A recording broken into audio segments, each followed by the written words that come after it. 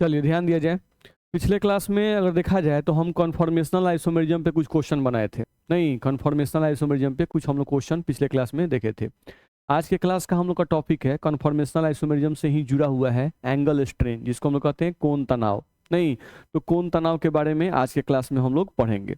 चलो देखते हैं कोण तनाव के बारे में तो क्या लिख रहा है। एंगल स्ट्रेन कोण तनाव, ठीक है। इस एंगल स्ट्रेन कोण तनाव के बारे में हम लोग किस वैज्ञानिक ने बताया था? तो बेयर नामक वैज्ञानिक ने बताया था। BAEYERS, बेयर नामक वैज्ञानिक ने बताया था। नहीं, तो इन्हीं का हम लोग को एंगल स्ट्रेन थ्योरी हम लोग को पढ़ना है। बेयर का एंगल स्ट्रेन थ्योरी, कोण तनाव सिद्धांत हम लोग को पढ़ना है बेयर का। ठीक है, पढ़ते हैं। देखो यहाँ क्या लिखा हुआ है, किसी भी अल्केन के ओपन स्ट्रक्चर में कार्बन का संकरण sp3 होता है। ध्यान से पढ़ो, किसी भी अल्केन, यहाँ क्या लिखा हुआ है? अल्केन। तो जब भी अल्केन लिखा होता है तो अल्केन में कार्बन कार्बन के बीच में क्या होता है बाबू? अल्केन में कार्बन और कार्बन के बीच में क्या होता है? सिंगल बॉन्ड, तुम जानते हो। तो यहाँ पे अल्केन लिखा हुआ है, पहला बात ध्यान रखना। नहीं, फिर यहाँ क्या लिखा हुआ है? ओपन स्ट्रक्चर, नहीं यानी साइक्लिक स्ट्रक्चर नहीं, ओपन स्ट्रक्चर देखना है। ठीक है, तो alkane carbon carbon single bond के ओपन स्ट्रक्चर में कार्बन का संकरण क्या होता है? कार्बन का संकरण जो है वो क्या होता है बाबू? sp3 होता है, ऐसा लिखा हुआ है। चलो एग्जांपल समझ लेते हैं। देखो तो जैसे मान लो हम लोग एक इथेन लेते हैं, हम यहाँ से लेते हैं इथेन। तो अगर हम इथेन ले रहे हैं तो इथेन जो है इसके कार्बन और कार्बन में क्या होता है? Single bond. इथेन का फॉर्मूला क्या होता है तुम्हारा? CH3 सिंगल बॉन्ड CH3, इस तरह का फॉर्मूला होता है। चलो अब देखो तो इथेन में अगर हम लोग इसको फैला कर लिखें तो कैसे लिखेंगे? यहाँ से अगर लिखना चाहें हम लोग तो C है, एक पहला कार्बन है, उस पर 3 हाइड्रोजन है, एक हाइड्रोजन, 2 हाइड्रोजन और यहाँ पर 3 हाइड्रोजन।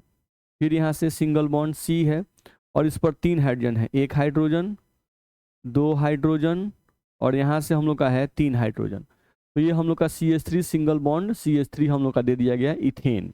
ठीक है, अब इस इथेन को तुम ध्यान से देखोगे तो ये जो कार्बन है, इस कार्बन के पास 4 सिग्मा बॉन्ड है, 1 सिग्मा, 2 सिग्मा, 3 सिग्मा और एक 4 सिग्मा। तो 4 सिग्मा बॉन्ड है, लोन पेयर 0 है, तो इसका हाइब्रिडेशन क्या होगा? sp3 होगा। ध्यान रखना है। इस कार्बन को भी देखो तो यहाँ सिग्मा, यहाँ सिग्मा, यहाँ सिग्मा और ये भी एक सिग्मा बॉन्ड ही है, तो यहाँ पे भी कार्बन का संकरण जो होगा वो क्या होगा तुम्हारा? sp3 होगा। नहीं, और हम लोग जानते हैं जब भी किसी कार्बन का संकरण sp3 होता है, नहीं जब भी किसी कार्बन का संकरण क्या होता है बाबू? sp3 होता है, तो उस केस में स्ट्रक्चर क्या होता है? उस केस में जो तुम्हारा स्ट्रक्चर होता है वो तुम्हारा होता है टेट्राहेड्रल, यानी चतुष्फलकीय स्ट्रक्चर होता है तुम्हारा, टेट्राहेड्रल।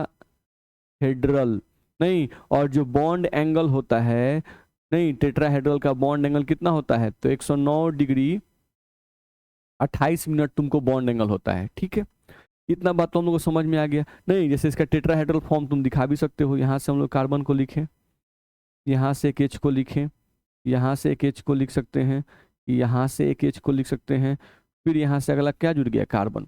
फिर इस कार्बन पर हम H को लिख सकते हैं, फिर यहाँ पर हम एक H को लिख सकते हैं, फिर यहाँ पर हम लोग एक H को लिख सकते हैं। नहीं, तो टेट्राहेड्रल फॉर्म कुछ हम लोग का इस तरह का बनेगा।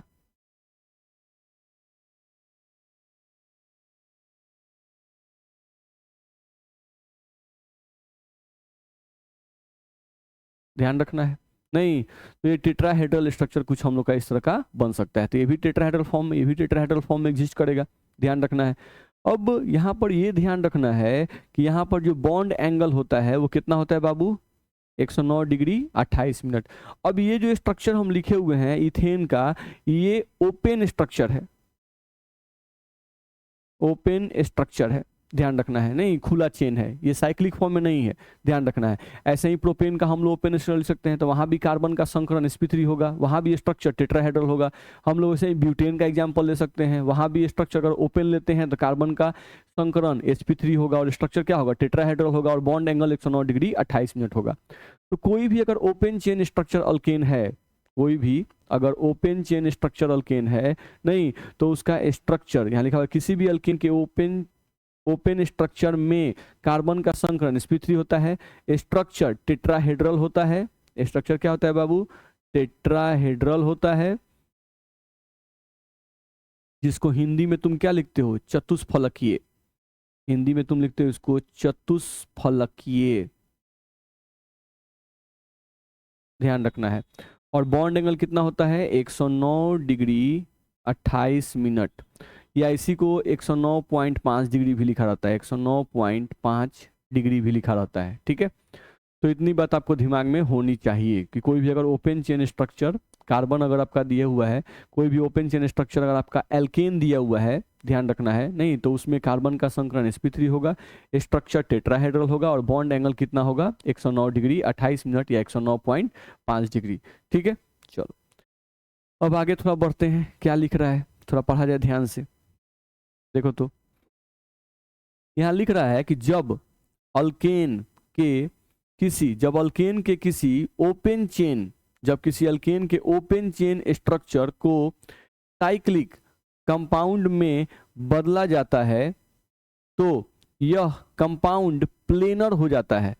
यह कंपाउंड क्या होता है, प्लेनर हो जाता है, ध्यान रखना है, ठीक है। ये कह रहा है कि मान लो कोई अल्केन का ओपन चेन स्ट्रक्चर तुमको दिया हुआ है और उसको तुम साइक्लिक स्ट्रक्चर में कन्वर्ट कर रहे हो, नहीं तो ओपन स्ट्रक्चर जो होता है, जैसे अभी तुम एग्जांपल यहाँ देखे थे, हम लोग इथेन का ये ओपन स्ट्रक्चर बनाए थे, नहीं तो यहाँ पर बॉन्ड एंगल कितना आया था 109 डिग्री 28 मिनट, नहीं तो जब यहाँ पर सभी बॉन्ड एंगल तुम जोड़ोगे, यहाँ पर तुम्हारा 109 डिग्री 28 मिनट, यहाँ पर तुम्हारा 109 डिग्री 28 मिनट, यहाँ पर भी 109 डिग्री, यहाँ पर भी 109 डिग्री, जब सब बॉन्ड एंगल तुम जोड़ोगे, नहीं तो तुमको बॉन्ड एंगल सभी बॉन्ड एंगल का जो सम आएगा वो क्या होगा 109 डिग्री 28 मिनट से क्या आ जाएगा, सॉरी सभी बॉन्ड एंगल का जो तुम सम करोगे, सभी बॉन्ड एंगल का सम करोगे तो वो तुमको क्या आ जाएगा 360 डिग्री से क्या आ जाएगा, ज्यादा आ जाएगा। तो जो अल्केन का ओपन स्ट्रक्चर होता है ये नॉन प्लेनर स्ट्रक्चर होता है। ये कैसा होता है बाबू,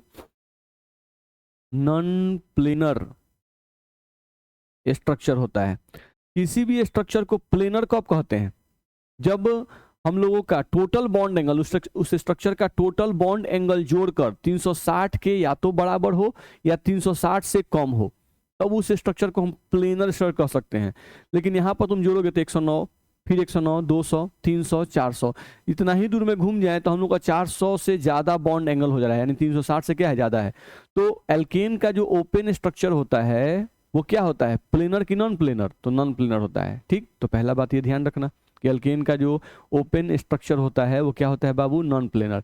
लेकिन अब ये बोल रहा है कि अगर ये बोल रहा है कि जब किसी अल्केन के ओपन स्ट्रक्चर को साइक्लिक कंपाउंड में बदला जाता है, नहीं ये सब बेयर साहब बोल रहे हैं, ये बोल रहे हैं कि जब किसी अल्केन के किसी ओपन स्ट्रक्चर को साइक्लिक कंपाउंड में बदला जाता है तो यह कंपाउंड प्लेनर हो जाता है। यह कंपाउंड क्या होता है बाबू, प्लेनर हो जाता है, ध्यान रखना है, नहीं प्लेनर हो जाता है। और इस साइक्लिक कंपाउंड में bond angle normal bond angle से क्या होता है, घट जाता है, नहीं नॉर्मल बॉन्ड एंगल से वैल्यू क्या होता है, घट जाता है, ठीक। जैसे एग्जांपल समझो, ये सब बात कौन बता रहे हैं हम लोग को, बेयर साहब बता रहे हैं। चलो इस बात को एग्जांपल समझते हैं। हम कोई ओपन चेन स्ट्रक्चर लेते हैं और उसको साइक्लिक स्ट्रक्चर में बदलते हैं तो देखते हैं क्या बॉन्ड एंगल सही में घट जाता है, नहीं चेक करते हैं। चलो देखा जाए, यहां पर एक ओपन स्ट्रक्चर दिया हुआ है, ये हो गया हमारा ओपन स्ट्रक्चर, ये है हमारा ओपन स्ट्रक्चर, और ये हो गया हमारा इसी का साइक्लिक स्ट्रक्चर, ये इसी का हो गया साइक्लिक स्ट्रक्चर। तो एक हो गया ओपन स्ट्रक्चर, एक हो गया साइक्लिक स्ट्रक्चर, ये ओपन स्ट्रक्चर हो गया। तो यहाँ पे ये क्या है, 3 कार्बन है तो क्या बोलेंगे इसको, प्रोपेन, ये आपका प्रोपेन है, ध्यान रखना है। और ये भी 3 कार्बन है, यहाँ भी कार्बन कार्बन में सिंगल बॉन्ड है लेकिन ये बंद स्ट्रक्चर है, नहीं तो इसको क्या बोलेंगे, साइक्लोप्रोपेन। ये आपका क्या है बाबू, साइक्लोप्रोपेन। तो साइक्लोप्रोपेन हम लिख दिए, ये हमारा आ गया साइक्लोप्रोपेन, ठीक है। तो यहाँ से अगर हम लोग ध्यान दें तो हम लोगों को मिल गया एक ओपन चेन स्ट्रक्चर का प्रोपेन ले लिए और एक हम लोगों का साइक्लिक फॉर्म में एक प्रोपेन ले लिए, नहीं अब इस प्रोपेन में जो ओपन स्ट्रक्चर प्रोपेन है इसमें अगर हम लोग देखें कि भाई बॉन्ड एंगल कितना होगा, तो यहाँ पर तुम देख सकते हो, यहाँ पर अगर तुम देखोगे तो हम अभी स्ट्रक्चर कुछ बनाए थे इथेन का, कुछ उसी टाइप का प्रोपेन का बनेगा।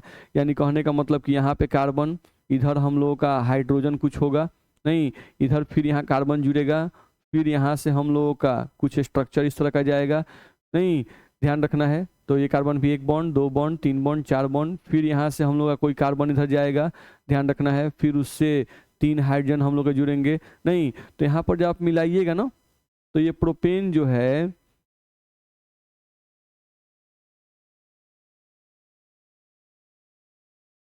इसका स्ट्रक्चर जो बन रहा है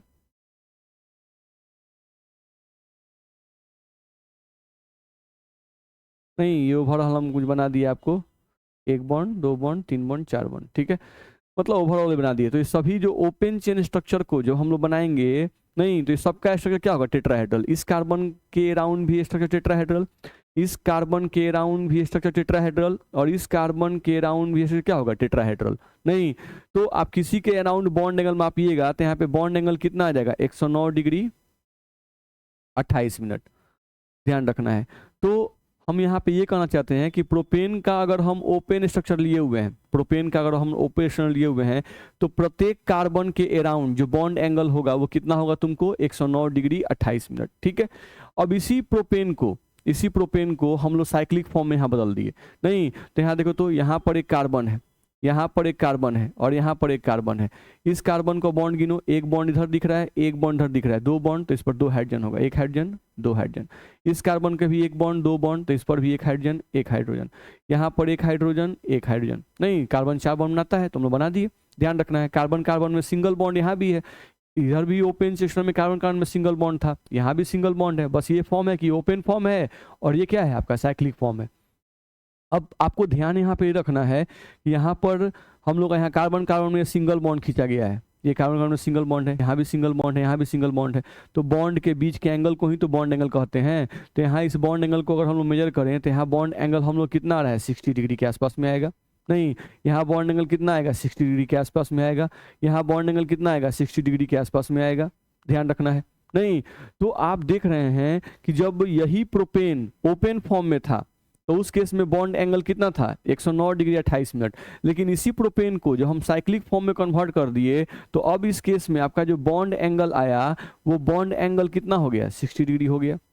बॉन्ड एंगल कितना हो गया, 60 डिग्री के आसपास हो गया, ध्यान रखना है, ठीक। तो बॉन्ड एंगल क्या हो गया बाबू, घट गया। बॉन्ड एंगल तुम्हारा क्या हो गया, घट गया। नहीं 109 डिग्री 28 मिनट से घटकर कितना हो गया, 60 डिग्री हो गया। तो देखो तो जो हम लोग के बॉन्ड बनते हैं, बॉन्ड दो एटम के बीच जो बॉन्ड बनते हैं वो कैसे बनते हैं, बाय शेयरिंग ऑफ इलेक्ट्रॉन्स। नहीं इस कार्बन का इलेक्ट्रॉन और इस कार्बन का इलेक्ट्रॉन आपस में शेयरिंग किया होगा तब ये बॉन्ड बना होगा, ध्यान रखना है, ये वाला बॉन्ड हम लोग का तब बना होगा। नहीं तो बॉन्ड, अब यहां पर तुम केयर करो, यहां से हम साइक्लिक सर्किट फिर से खींचते हैं, थोड़ा ध्यान दो, थोड़ा यहाँ पर ध्यान दिया जाए।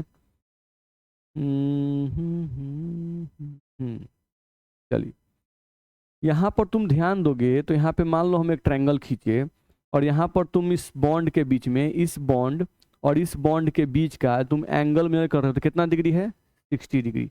नहीं ठीक है, कब, ये जब साइक्लिक फॉर्म में है तब, ठीक है, ये प्रोपेन जब साइक्लिक फॉर्म में है तब दोनों बॉन्ड के बीच का एंगल कितना है, 60 डिग्री, यानी कि दूरी कितना है, 60 डिग्री, ठीक है। और जब ओपन फॉर्म में था, जब ओपन फॉर्म में था, नहीं ओपन फॉर्म में जब ये था, यही प्रोपेन जब ओपन स्ट्रक्चर फॉर्म में था, ठीक है, तो उस केस में बॉन्ड एंगल कितना था, 109 डिग्री 28 मिनट, ठीक है। तो यहाँ पर दो बॉन्ड के बीच की दूरी क्या है, कम है।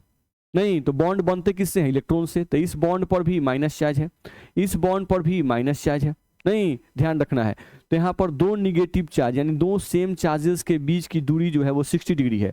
और यहाँ पर देखो, यहाँ पर एक बॉन्ड यहाँ दिख रहा है, एक बॉन्ड तुमको यहाँ दिख रहा है, ये जो डॉट डॉट हम लिखे हैं वो बॉन्ड नहीं है, वो स्ट्रक्चर को बस रिप्रेजेंट कर रहा है।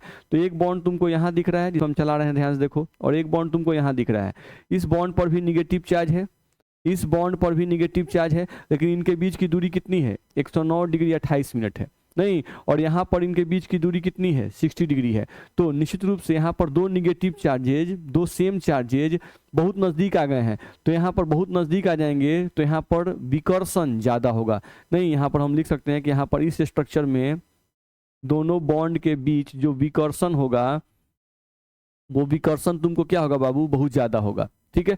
लेकिन यहाँ पर इस केस में जो विकर्षण होगा तुमको वो बहुत कम होगा। यहाँ पर विकर्षण जो होगा, विकर्षण कम होगा। तो इस केस में तुम्हारा विकर्षण कम होगा, इस केस में विकर्षण तुम्हारा क्या होगा, ज्यादा होगा। ध्यान रखना है, ठीक है। यहाँ पर जो कार्बन है, यहाँ पर भी तुम किसी एक कार्बन को ले लो, मान लो इसी कार्बन को हम ले लिए, तो एक तो बॉन्ड ये इधर बना रहा है, एक बॉन्ड तुमको ये इधर बना रहा है, ध्यान रखना है नहीं, और इससे 2 हाइड्रोजन जुड़े हुए हैं, एक हाइड्रोजन और एक 2 हाइड्रोजन तुमको जुड़े हुए हैं। तो यहाँ भी तुम कार्बन का सिग्मा बॉन्ड काउंट करो तो 1 सिग्मा, 2 सिग्मा, 3 सिग्मा और 4 सिग्मा। यहाँ पर भी कार्बन का जो हाइब्रिडाइजेशन है वो कितना है, sp3 है नहीं, तो sp3 है तो इसका भी बॉन्ड एंगल कितना होना चाहिए था, इसका भी बॉन्ड एंगल होना चाहिए था, बॉन्ड एंगल होना चाहिए था नहीं, बॉन्ड एंगल होना चाहिए था कितना बाबू, तो बॉन्ड एंगल होना चाहिए था 109 डिग्री 28 मिनट होना चाहिए था नहीं, लेकिन होना चाहिए था, लेकिन बॉन्ड एंगल बराबर कितना डिग्री है, 60 डिग्री है। ध्यान रखना है। तो ये मॉलिक्यूल क्या होगा, स्टेबल की अनस्टेबल, अनस्टेबल। ये मॉलिक्यूल क्या होगा, अनस्टेबल, क्योंकि यहाँ पर विकर्षण ज्यादा, तो विकर्षण ज्यादा तो ये मॉलिक्यूल क्या होगा, अस्थाई, यानी साइक्लोप्रोपेन क्या होता है बाबू, अस्थाई होगा। ध्यान रखना है। तो अगर हम तुमसे पूछे कि बाबू ओपन चेन स्ट्रक्चर वाला प्रोपेन ज्यादा अस्थाई कि साइक्लिक वाला जो प्रोपेन है वो ज्यादा अस्थाई, तो ओपन चेन स्ट्रक्चर वाला जो प्रोपेन होगा वो ज्यादा अस्थाई होगा, क्योंकि वहां पर बॉन्ड एंगल ज्यादा होता है। बॉन्ड एंगल ज्यादा होने के कारण विकर्षण कम होता है, विकर्षण अगर कम होगा तो मॉलिक्यूल क्या होगा, ज्यादा अस्थाई होगा नहीं। और साइक्लिक फॉर्म में क्या होता है, जैसे ही कोई ओपन फॉर्म साइक्लिक फॉर्म में कन्वर्ट करता है, बॉन्ड एंगल क्या होता है, घट जाता है। बॉन्ड एंगल घटेगा नहीं तो बॉन्ड के बीच की दूरी घटेगी, दूरी घटेगी तो विकर्षण बढ़ेगा, विकर्षण बढ़ेगा तो अणु क्या हो जाएगा, अस्थाई हो जाएगा। ध्यान रखना है, अणु क्या हो जाएगा, अस्थाई हो जाएगा। तो हम लोग यहाँ पर ये कहना चाहते हैं नहीं कि यहाँ पर साइक्लिक कंपाउंड में, साइक्लिक कंपाउंड में नहीं, ये जो विकर्षण उत्पन्न होता है, साइक्लिक कंपाउंड में ये जो विकर्षण उत्पन्न होता है, इसी विकर्षण को हम लोग क्या कहते हैं, एंगल स्ट्रेन नहीं, कोण तनाव। क्या हुआ, कोण घट गया नहीं, तो कोण घटने के कारण विकर्षण बढ़ गया नहीं, तो कोण घटने के कारण विकर्षण बढ़ गया और मॉलिक्यूल क्या हो गया, अस्थाई हो गया।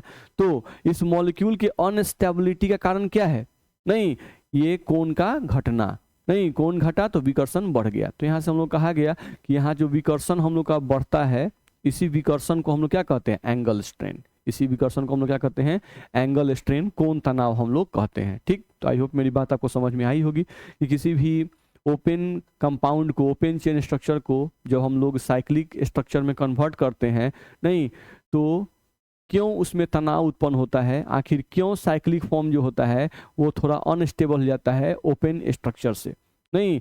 तो आप समझ सकते हो इस बात को। अब चलो फिर से एक बार और पढ़ लिया जाए इस बात को। देखो तो जब अल्केन के किसी ओपन चेन स्ट्रक्चर को साइक्लिक कंपाउंड में बदला जाता है, साइक्लिक कंपाउंड में बदला जाता है, तो यह कंपाउंड प्लेनर हो जाता है और इस साइक्लिक कंपाउंड में bond angle normal bond angle से नहीं, इस साइक्लिक कंपाउंड में ध्यान रखना, इस साइक्लिक कंपाउंड में bond angle normal bond angle से क्या होता है, घट जाता है नहीं, नॉर्मल बॉन्ड एंगल से वैल्यू क्या होता है बाबू, घट जाता है। ये बात ध्यान रखना पड़ेगा। चलो आगे बढ़े हम लोग थोड़ा सा। चलो तो बॉन्ड एंगल घटने से क्या होता है उसी बात को यहाँ समझा के लिखा गया है, पढ़ो तो फिर ध्यान से। अर्थात जब बॉन्ड एंगल घटता है तो क्या होता है, अर्थात जब कोई open chain compound cyclic compound में बदलता है, जब कोई open chain compound cyclic compound में बदलता है तो एटम्स के इलेक्ट्रॉन क्लाउड्स एक दूसरे के ज्यादा नजदीक चले आते हैं। ध्यान रखना है नहीं, जब भी कोई open chain structure cyclic form में कन्वर्ट करता है नहीं, तो उनके जो इलेक्ट्रॉन क्लाउड्स हैं, एटम के जो इलेक्ट्रॉन क्लाउड्स हैं, यानी वही बॉन्ड्स एक दूसरे क्या चले आते हैं, नजदीक चले आते हैं, जिसके कारण इनके बीच विकर्षण बढ़ जाता है, जिसके कारण इनके बीच में विकर्षण क्या होता है, बढ़ जाता है। इसी विकर्षण बल को एंगल स्ट्रेन कहते हैं, इसी विकर्षण को क्या कहते हैं, एंगल स्ट्रेन कहते हैं। अब इस एंगल स्ट्रेन का क्या होता है वो देखो, तो लिख रहा है इस एंगल स्ट्रेन के कारण मॉलिक्यूल की स्टेबिलिटी घट जाती है। इस एंगल स्ट्रेन के कारण मॉलिक्यूल की स्टेबिलिटी क्या होती है, घट जाती है।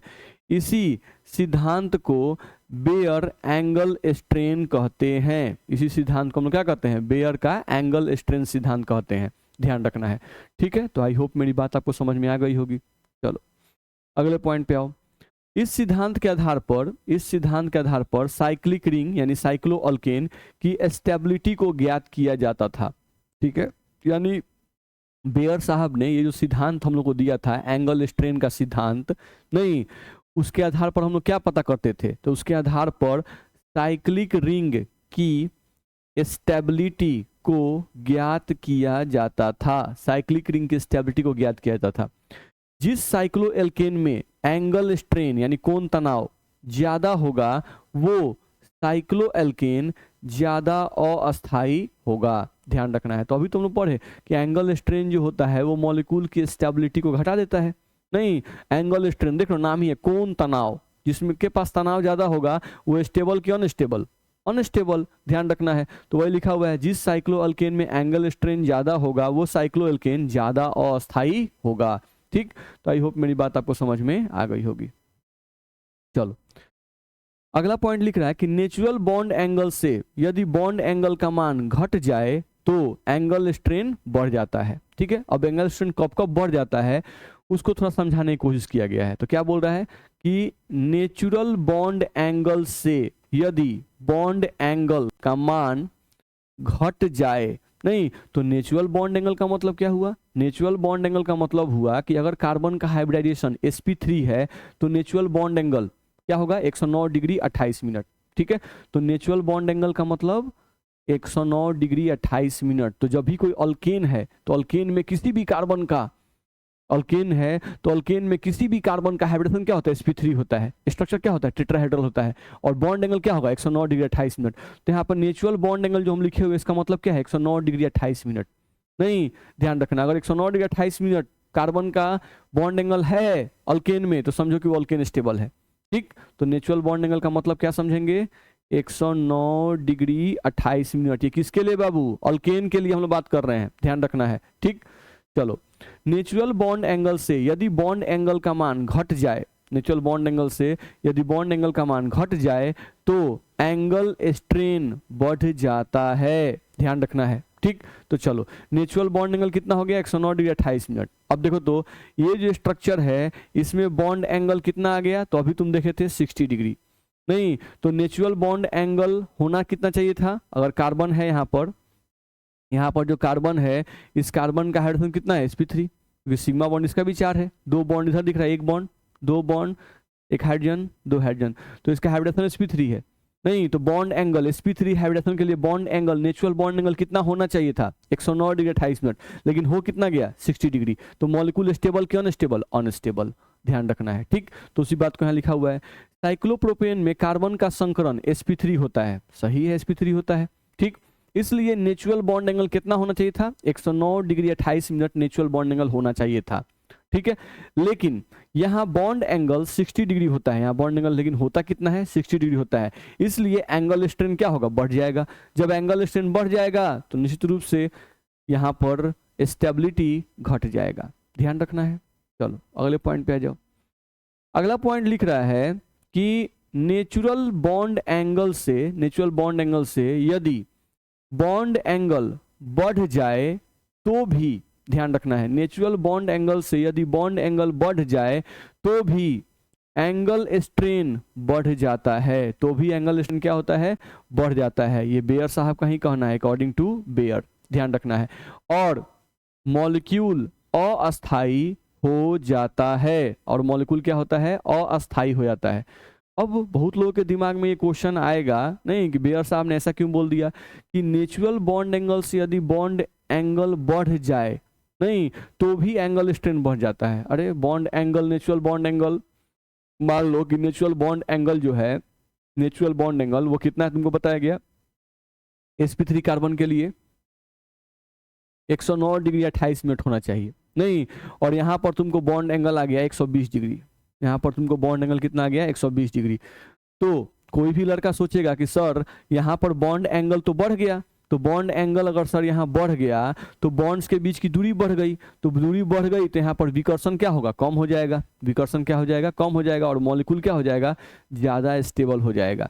ठीक है, मॉलिक्यूल क्या हो जाएगा, ज़्यादा स्टेबल हो जाएगा, ध्यान रखना है। तो मेरा बात समझने की कोशिश करो, यहाँ से हम लोग ध्यान दें अगर, यहाँ से हम लोग ध्यान दें अगर, तो केयर ये करना है कि हम लोग को बताया गया कि sp3 कार्बन स्टेबल कब होते हैं। बेयर साहब कह रहे हैं कि sp3 कार्बन स्टेबल कब होते हैं, जब उनका बॉन्ड एंगल 109 डिग्री 28 मिनट होगा। ध्यान रखना है, 109 डिग्री 28 मिनट से अगर बॉन्ड एंगल कम होगा तो भी मॉलिक्यूल में एंगल स्ट्रेन बढ़ जाएगा, 109 डिग्री 28 मिनट से ज़्यादा होगा तो भी मॉलिक्यूल में एंगल स्ट्रेन बढ़ जाएगा और मॉलिक्यूल क्या हो जाएगा, अनस्टेबल हो जाएगा। नहीं, ये बेयर साहब का कहना था, ध्यान रखना है। ठीक है, तो 109 डिग्री 28 मिनट से अगर ज़्यादा हो जाएगा बॉन्ड एंगल तो भी मॉलिक्यूल क्या हो जाएगा बाबू, अस्थायी हो जाएगा। जैसे नहीं कहा जाता है excess of anything is bad, किसी भी चीज़ की अधिकता जो है वो खराब है, किसी भी चीज़ की जो अधिकता है वो अधिकता क्या है, तुमको खराब है। जैसे मान लो कि तुम्हारा भूख जो है वो 4 रोटी का है, तुमको खाना खाने का आदत है कि तुम 4 रोटी खाते हो। ठीक, अब 4 रोटी तुम खाते हो, ठीक है, तुमको कोई 2 रोटी दे दे, तुमको क्या करे कि 2 रोटी दे दे, तो तुम्हारा पेट तो नहीं भरा, तो पेट नहीं भरा तो तुमको तनाव उत्पन्न हो गया। ध्यान रखना है, नहीं यानी तुम्हारा परफेक्ट है कि 4 रोटी में पेट जो है एकदम परफेक्ट भर जाता है, ध्यान रखना है। तो 2 रोटी दिया तो उससे भी तनाव बढ़ गया, नहीं जितना चाहिए था उतना नहीं मिला, ध्यान रखना है। अब तुम खाते हो 4 रोटी, 4 रोटी में तुम्हारा पेट एकदम टंच हो जाता है, भर जाता है, और तुमको कोई 10 रोटी दे दिया, नहीं, और बोल रहा है कि 10 रोटी तुमको खाना है, तो क्या 10 रोटी खाकर तुम अपने आप को स्टेबल फील कर पाओगे? नहीं, उसको उसमें भी तुम क्या होगे, अनस्टेबल अपने आप को फील करोगे। तो जस्ट वही कॉन्सेप्ट कुछ यहाँ से मिलता जुलता है, नहीं कि अगर बॉन्ड एंगल 109 डिग्री 28 मिनट रहेगा तो ही मॉलिक्यूल स्टेबल होगा, इससे कम होगा तो भी मॉलिक्यूल में एंगल स्ट्रेन बढ़ जाएगा, इससे ज्यादा होगा तो भी मॉलिक्यूल में एंगल स्ट्रेन बढ़ जाएगा, ध्यान रखना है, और मॉलिक्यूल क्या हो जाएगा, अस्थायी हो जाएगा। ठीक, वही बात लिखा हुआ है हम लोग को। साइक्लोहेक्सेन में भी कार्बन का संकरण क्या होता है, sp3 होता है। तो यहाँ भी नेचुरल बॉन्ड एंगल कितना होना चाहिए, 109 degree 28 minute, naturally bond angle होना चाहिए था 109 डिग्री 28 मिनट, लेकिन यहाँ बॉन्ड एंगल हो कितना गया, 120 डिग्री होता है। नहीं, तो यहाँ bond angle natural bond angle से ज्यादा है, तो यहाँ भी एंगल स्ट्रेन क्या होगा, बढ़ जाएगा, यहाँ भी एंगल स्ट्रेन क्या होगा बाबू, बढ़ जाएगा, और मॉलिक्यूल क्या हो जाएगा, अस्थायी हो जाएगा। ठीक, तो ये बात तुमको ध्यान रखना होगा। ठीक, चलो अब एंगल स्ट्रेन निकालने का सूत्र हम लोग को दिया हुआ है, एंगल स्ट्रेन निकालने का सूत्र कि एंगल स्ट्रेन बराबर नेचुरल बॉन्ड एंगल रखना है, तो natural bond angle sp3 carbon के लिए कितना है, 109 डिग्री 28 मिनट, नहीं माइनस एक्चुअल बॉन्ड एंगल, जो साइक्लोअल्केन में जो एक्चुअल बॉन्ड एंगल आता है उसको यहाँ पे रखना है, और बट्टा में क्या करना है, 2 कर देना है।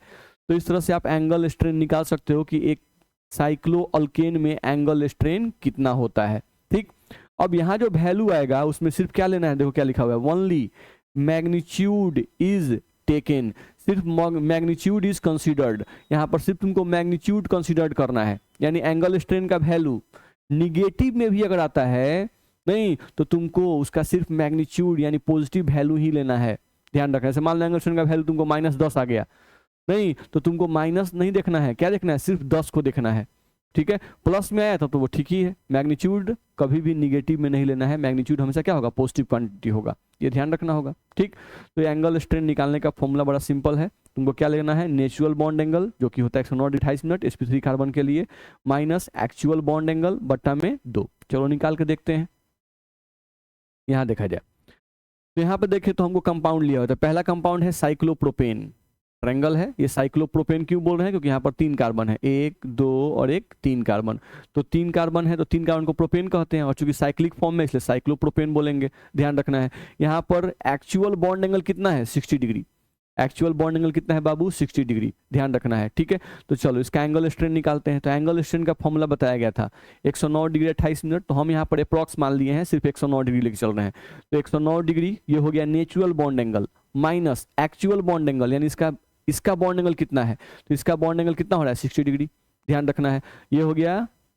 कि sp3 कार्बन के अराउंड बॉन्ड एंगल कितना होना चाहिए, तो कितना होना चाहिए 109 डिग्री के आसपास में, तो 109 डिग्री हम ले लिए, और एक्चुअली से सेक्शन में बॉन्ड एंगल है कितना, 60 डिग्री, होना चाहिए था 109, है कितना 160 है कितना 60, नहीं डिवाइडेड बाई 2 सॉल्व किए तो हम लोग को लगभग वैल्यू आ गया 24.5 डिग्री।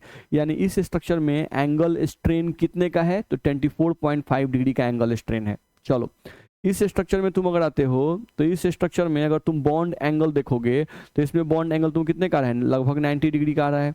नहीं तो बॉन्ड एंगल अगर 90 डिग्री का आ रहा है तो देखो तो यहाँ पर क्लियर करो, नहीं कैसे निकालेंगे, 109 डिग्री ये तो फिक्स है। नहीं अब यहाँ पे एक्चुअल बॉन्ड एंगल कितना आ गया 90 डिग्री, तो हम 90 डिग्री लिखे हैं, डिवाइडेड बाई कितना 2 लिख दिया गया। सॉल्व करके वैल्यू कितना आ गया 9.5 डिग्री। यानी यहाँ पर एंगल स्ट्रेन जो है वो थोड़ा कम है। देख रहे हो पहला वाला जो ट्रायंगुलर स्ट्रक्चर था उसमें एंगल स्ट्रेन कितना आया था 24.5 डिग्री। नहीं जो दूसरा हम लोग का साइक्लोब्यूटेन आया, साइक्लोब्यूटेन, इसमें एंगल स्ट्रेन कितना आ गया 9.5 डिग्री, ध्यान रखना है। नहीं तो इसमें एंगल स्ट्रेन थोड़ा घट गया। चलो अब ये आ गया तुम्हारा साइक्लोपेंटेन, 5 कार्बन है, 1 2 3 4 5, तो ये तुम्हारा साइक्लोपेंटेन है। अब यहाँ पर जो एक्चुअल बॉन्ड एंगल होता है वो होता है 108 डिग्री। यहाँ भी कार्बन का sp3 ही है, तो नेचुरल बॉन्ड एंगल होना कितना चाहिए था 109 डिग्री।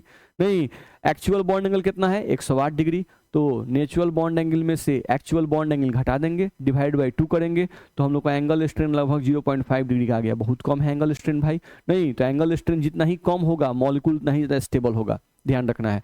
यहाँ पे आ जाओ, यहाँ पे बॉन्ड एंगल कितना है 120 डिग्री, ध्यान रखना है। नहीं तो एंगल स्ट्रेन निकाले तो एंगल स्ट्रेन का वैल्यू मैग्नीट्यूड कितना आ गया 5.5, ये निगेटिव वैल्यू आएगा, लेकिन हम बोले थे निगेटिव वैल्यू नहीं लेना है, हम लोग को सिर्फ मैग्नीट्यूड लेना है। तो यहाँ पर मैग्नीट्यूड कितना आ गया 5.5, ठीक। तो यहाँ भी एंगल स्ट्रेन कितने का है 5.5। तो सबसे ज्यादा एंगल स्ट्रेन किस में है, इसमें ध्यान रखना, इसमें मैक्सिमम एंगल स्ट्रेन है, यानी ये सबसे अनस्टेबल कंपाउंड है। इन सभी में सबसे अनस्टेबल कौन है, आपका साइक्लोप्रोपेन, ध्यान रखना है। उसके बाद एंगल स्ट्रेन किस में है, इसमें है, सेकंड नंबर, ये इसको दिखाए थे फर्स्ट, ये सेकंड। उसके बाद कौन आएगा हम लोग का साइक्लोहेक्सेन आएगा, और तब सबसे स्टेबल कौन होगा साइक्लोपेंटेन। क्यों, क्योंकि साइक्लोपेंटेन में एंगल स्ट्रेन क्या है सबसे कम है, ध्यान रखना है, ठीक।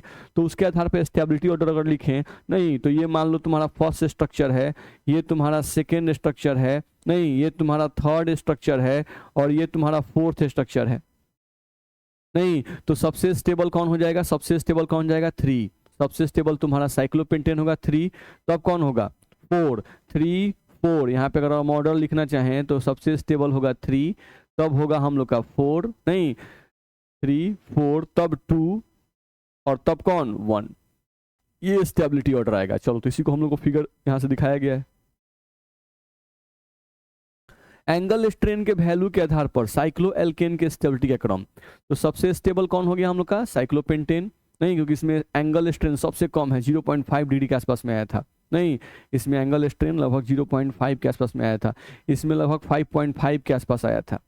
नहीं इसमें लगभग 19 के आसपास में आया था ना, देख ले एक बार, 9.5 के आसपास में आया था, यहाँ पर 9.5 के आसपास में आया था, और यहाँ पर लगभग 24.5 के आसपास में आया था। नहीं तो इसमें एंगल स्ट्रेन सबसे कम, तो अकॉर्डिंग टू बेयर सबसे स्टेबल कौन होगा, बेयर साहब के अनुसार। ये जो हम लोग लिख रहे हैं सब किसके अनुसार लिख रहे हैं, क्लियर कीजिएगा हमेशा, ये अकॉर्डिंग टू किसके है बाबू, बेयर, क्योंकि उन्हीं के थ्योरी के अनुसार हम लोग ये सब बना रहे हैं। तो बेयर साहब के अनुसार सबसे स्टेबल, इन सब में सबसे स्टेबल कौन है हम लोग का साइक्लोपेंटेन, उससे कम स्टेबल कौन है साइक्लोहेक्सेन, उससे भी कम स्टेबल कौन है साइक्लोब्यूटेन, और सबसे कम स्टेबल कौन है बेयर, सॉरी बेयर बोल रहे हैं, साइक्लोप्रोपेन। तो इस तरह से हम लोग स्टेबिलिटी का ऑर्डर हम लोग निकाल सकते थे, ठीक। अब ये जो बेयर साहब ने हम लोग का स्टेबिलिटी का ऑर्डर बताया, नहीं इसको फिर से एक्सपेरिमेंटली चेक किया गया कि क्या ये ऑर्डर जो बेयर साहब ने बताया है ये ऑर्डर सही है या गलत है, इसको चेक किया गया। नहीं तो जब इसको चेक किया गया तो ऑर्डर कुछ दूसरा ही आ गया, ऑर्डर कुछ पलट गया। क्या हो गया देखो, तो यही ऑर्डर पलट जाता है, यानी यहाँ पर जो साइक्लोहेक्सेन है, नहीं ये ज्यादा स्टेबल हो जाता है, यानी ये आगे आ जाएगा, और ये जो साइक्लोपेंटेन है ये यहाँ आ जाएगा, ध्यान रखना है। इन्हीं का ऑर्डर जो है वो क्या होता है पलट जाता है, ध्यान रखना है। यानी एक्सपेरिमेंटल ऑर्डर कहता है नहीं कि साइक्लोहेक्सेन सबसे स्टेबल होगा, तब साइक्लोपेंटेन होगा, तब साइक्लोब्यूटेन होगा, और तब साइक्लोप्रोपेन होगा। ये कौन कहता है, एक्सपेरिमेंट कहता है, ध्यान रखना है, ठीक। तो देखो तो हम लिखे हुए यहाँ पर, लेकिन experimental stability order, experimental study order क्या कहता है कि जो 6 मेंबर रिंग है ये सबसे स्टेबल होगा, साइक्लोहेक्सेन सबसे स्टेबल होगा, तब साइक्लोपेंटेन होगा, तब साइक्लोब्यूटेन होगा, और तब हम लोग का साइक्लोप्रोपेन होगा। नहीं तो बाकी सब तो ठीक है, सिर्फ यहीं पे ऑर्डर पलट गया। नहीं, यानी जो 6 मेंबर रिंग है, ये 6 मेंबर रिंग है आपका, तो 6 मेंबर रिंग जो है वो सबसे स्टेबल होगा, तब होगा 5 मेंबर रिंग, तब होगा 4 मेंबर रिंग, और तब होगा आपका 3 मेंबर रिंग। नहीं, ध्यान रखना है। ठीक, तो ये स्टेबिलिटी ऑर्डर आ गया। अब भाई ऐसा क्यों हो गया? नहीं, आखिर बेयर साहब कहाँ घबरा गए? क्योंकि एक्सपेरिमेंटल जो ऑर्डर होता है वो तो गलत हो नहीं सकता है। नहीं, बेयर साहब का ही ऑर्डर कुछ ना कुछ गलत होगा, ध्यान रखना है। तो बेयर साहब के ऑर्डर में क्या गलती हो गया, उस पॉइंट को हमको समझना पड़ेगा। चलो समझते हैं। देखो तो क्या लिख रहा है। लिख रहा है कि बेयर ने स्टेबिलिटी का क्रम यह मानकर दिया था कि ये सभी साइक्लोअल्केन प्लेनर स्ट्रक्चर हैं। सही बात है भाई। नहीं, शुरू में ही हम लोग को पढ़ाया गया, क्या पढ़ाया गया था कि कोई भी अल्केन जब ओपन चेन फॉर्म में है तो वो नॉन प्लेनर है, और वही अल्केन जब साइक्लिक फॉर्म में बदलता है तो वो प्लेनर स्ट्रक्चर में बदल जाता है। ऐसा बेयर साहब ने हम लोग को बताया था। नहीं, तो वही तो मैंने लिखा है कि बेयर ने स्टेबिलिटी का जो एक क्रम बताया वो यह मानकर बताया था कि ये सभी साइक्लोअल्केन क्या है? प्लेनर स्ट्रक्चर है। ध्यान रखना है, ठीक। यानी कोई भी ओपन चेन अल्केन जब साइक्लिक फॉर्म में कन्वर्ट करता है तो वो प्लेनर स्ट्रक्चर बन जाता है। नहीं, ध्यान रखना है, ये सब बेयर साहब ने बताया था। लेकिन गड़बड़ क्या हो गया, यहीं पर बेयर साहब घबरा गए।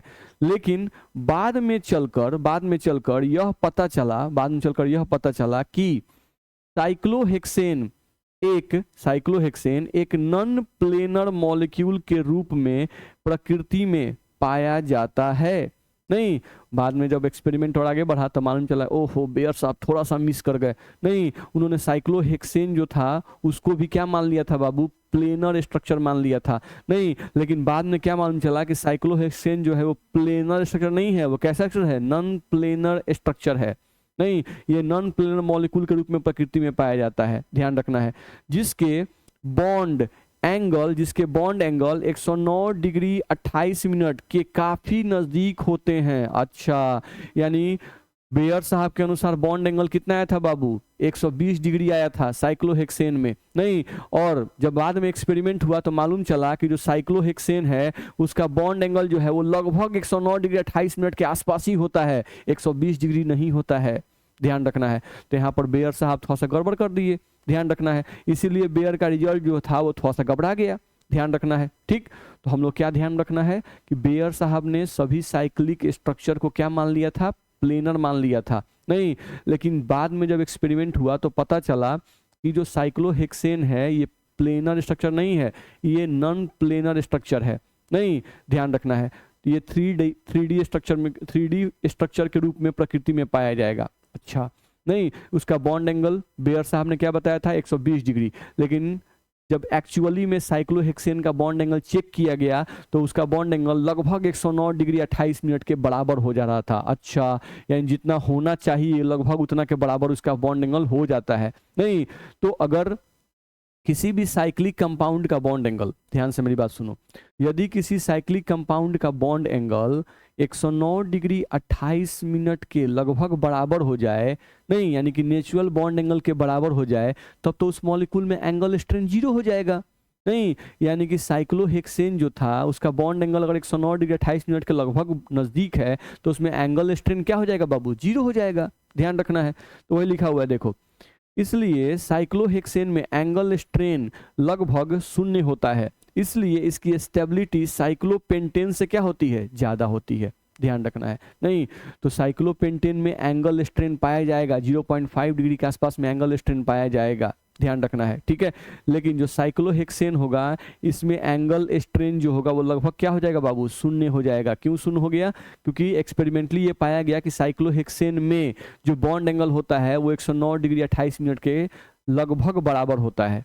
नहीं, यानी नेचुरल बॉन्ड एंगल के लगभग बराबर होता है। तो एंगल स्ट्रेन निकालने का तो फॉर्मूला है 109 degree 28 minute minus 109 degree 28 minute आ जाएगा, बट्टा में 2 तो 0 आ जाएगा वैल्यू। हम लोग को ध्यान रखना है, ठीक।